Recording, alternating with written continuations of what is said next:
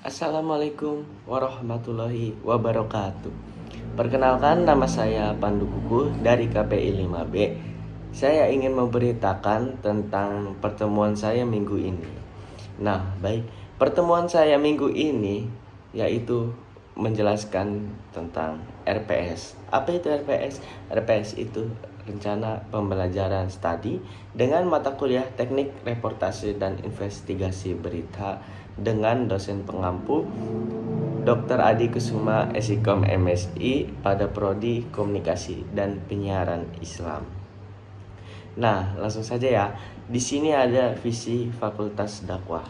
Visi Fakultas Dakwah menjadi fakultas yang unggul dan terkemuka dalam bidang ilmu dakwah dan ilmu sosial di tingkat internasional pada 2034. Misi Fakultas Dakwah yang pertama, mengembangkan pendidikan akademik dan profesi yang berbasis ilmu dakwah dan ilmu sosial yang berkualitas.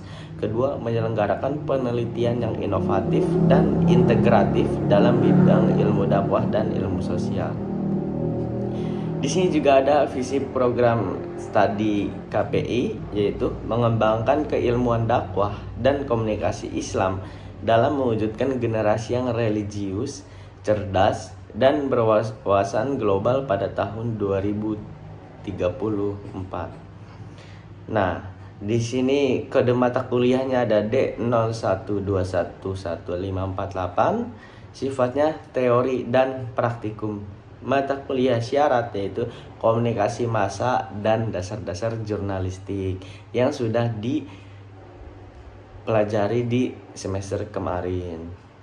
Nah, di semester ini pada semester ganjil tahun ajaran 2023 atau 2024, bobot SKS-nya yaitu 3 SKS, periode masa kuliah 28 Agustus 2023 sampai 1 Desember 2023. Nama dosen pengampu Pak Dr. Adi Kusuma Esikom MSI.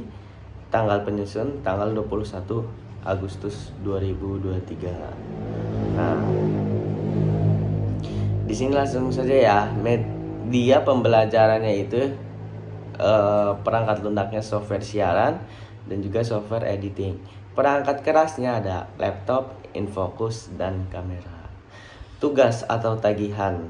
Tugas yang harus dikerjakan oleh mahasiswa yaitu tugas mingguan berupa pembuatan tugas mandiri learning journal, yaitu mahasiswa membuat rekaman audio atau video.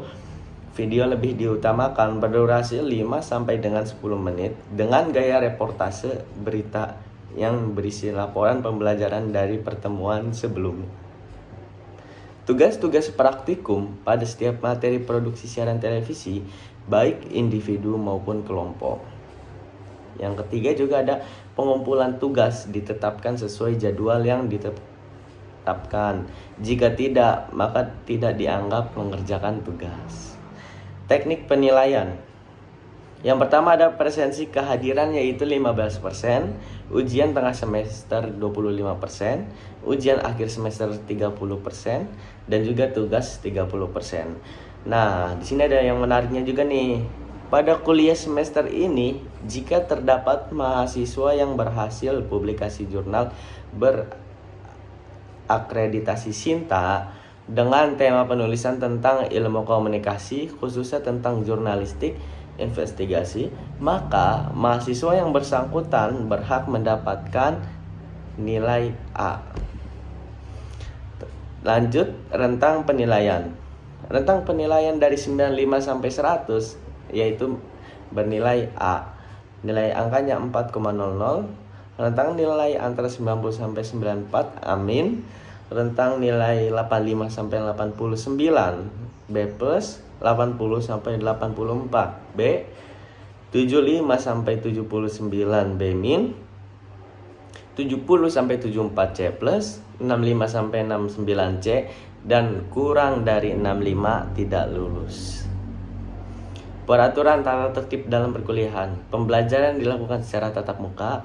Mahasiswa harus hadir di ruangan toleransi keterlambatan 15 menit. Jika mahasiswa terlambat di atas 15 menit, dosen mempersilahkan masuk ruangan. Akan tetapi, mahasiswa dianggap tidak hadir, saling menghargai, dan tidak membuat kegaduhan atau kegangguan kerusakan dalam kelas. Mahasiswa memakai pakaian rapi dan sopan. Mahasiswa mengangkat tangan jika ada yang ingin ditanyakan atau menjawab pertanyaan dengan bahasa yang sopan. Selama perkuliahan berlangsung, handphone dalam posisi off atau silent. Mahasiswa memberikan pemberitahuan resmi secara tertulis jika dapat mengikuti UTS dan UAS. Mahasiswa tidak diperbolehkan mencontek atau memberikan contekan selama ujian. Mencontek dan memberikan contekan adalah pelanggaran akademik. Pelakunya akan dikenakan sanksi berupa nilai PL, yaitu tidak lulus. Jika berhalangan hadir dalam kuliah, mahasiswa harus izin H-1 via WhatsApp dengan menyertakan surat dari dokter jika sakit atau surat lainnya yang sesuai. Mahasiswa yang boleh mengikuti UAS adalah mahasiswa yang telah mengikuti perkuliahan minimal 75% atau 11 pertemuan. Nah, mungkin itu saja ya yang peraturan tata tertib dan lain-lain pada pertemuan minggu kemarin. Di sini juga ada rincian rencana kegiatan atau satuan acara perkuliahan. Yang pertama, kemampuannya itu memahami aturan perkuliahan, isi perkuliahan, sistem penilaian, tata tertib perkuliahan, dan capaian perkuliahan yang saya sudah sebutkan tadi. Terus yang kedua ada mahasiswa dapat memahami pengertian wawancara, jenis-jenis wawancara untuk radio dan TV, skrip wawancara, peralatan wawancara, dan cara mendekati narasumber. Mahasiswa dapat memahami dan mengidentifikasi pengertian reportase dan syarat-syarat reportase, pengertian reporter, keterampilan reporter, perilaku reporter. Mahasiswa dapat memahami dan mengidentifikasi regulasi undang-undang pers di Indonesia dan kode etik jurnalistik. Yang kelima, mahasiswa dapat menjelaskan sejarah dan tahap-tahap jurnalisme investigasi. Mahasiswa dapat menjelaskan dan memahami prinsip-prinsip jurnalisme dan jurnalisme investigasi. Mahasiswa juga dapat menjelaskan perbedaan jurnalisme investigasi dan dengan jurnalisme lain, dan juga mahasiswa dapat menjelaskan computer assisted reporting, jurnalisme data, dan jurnalisme sains. Mahasiswa mampu menerapkan teknik dan praktik produksi film pada tahapan pra-production, production, and pasca produksi pada kegiatan jurnalisme investigasi berita. Mahasiswa dapat memahami kondisi jurnalisme di Indonesia dan peran jurnalisme investigasi dalam masyarakat demokratif.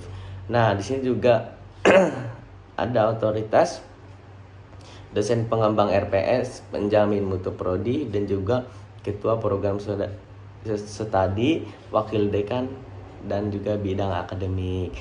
Nah, mungkin itu saja pembelajaran saya pada minggu ini. Paparan juga saya sudah jelaskan. Mungkin itu sudah saya cukupkan dan juga sangat cukup jelas. Mungkin saya akhiri ya, kurang lebihnya mohon dimaafkan. Wabillahi taufiq wal hidayah. Wassalamualaikum warahmatullahi wabarakatuh. Terima kasih.